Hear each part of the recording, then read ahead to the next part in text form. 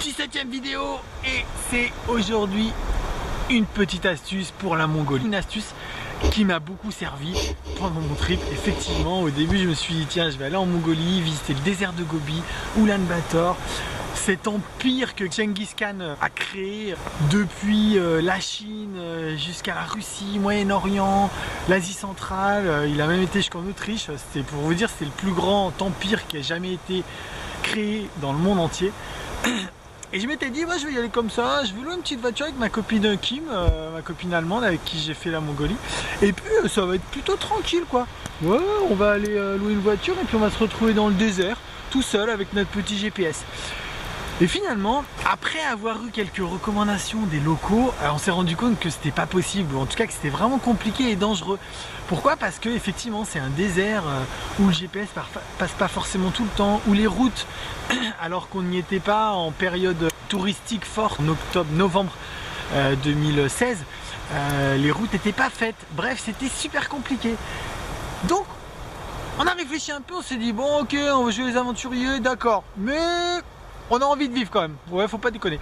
Donc du coup ce qu'on a fait, on est allé voir une auberge de jeunesse qui a organisé des trips dans le désert de Gobi. On s'est retrouvé dans un super camion russe, juste génial, qui pouvait aller dans des endroits comme ça, sous la neige, sur le sable, à la montagne, bref. Et tous les jours, on a changé de yourte, où on a rencontré des nomades qui nous faisaient à manger, qui nous ont accueillis. On a fait du cheval, on a fait du chameau.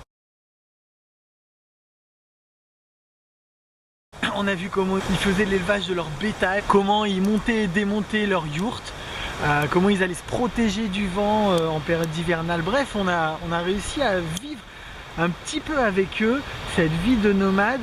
On a ressenti également la tristesse qu'ils pouvaient avoir parce que leurs enfants n'avaient plus envie de suivre cette vie de nomade, mais plutôt envie d'aller à Ulaanbaatar, la capitale, de profiter de cette vie avec les écrans, les fêtes, l'alcool, etc. C'est pas pour ça qu'il n'y a pas d'alcool dans les yourtes, évidemment. Voilà, tout ça pour vous dire que mon astuce aujourd'hui, c'est si vous voulez aller en Mongolie, n'hésitez pas à prendre un petit voyage organisé. Alors pas besoin de le prendre depuis la France ou depuis votre pays. Vous pouvez très bien arriver à Ulaanbaatar, à la capitale, aller voir différents organismes pour justement organiser, réserver ce petit trip tranquillou. N'hésitez pas à demander à ceux qui organisent d'ailleurs combien vous êtes, si vous n'avez pas envie de vous retrouver à 12 dans le camion et de suivre comme des moutons 12 personnes, il n'y a pas de problème, vous avez jusqu'à demander. Voilà, c'était mon petit conseil. Demain, on se retrouve pour, après la Mongolie, c'était la Chine. On se retrouve pour discuter un peu de la Chine. Je vous souhaite une belle journée, j'espère qu'il fait beau chez vous. Ciao!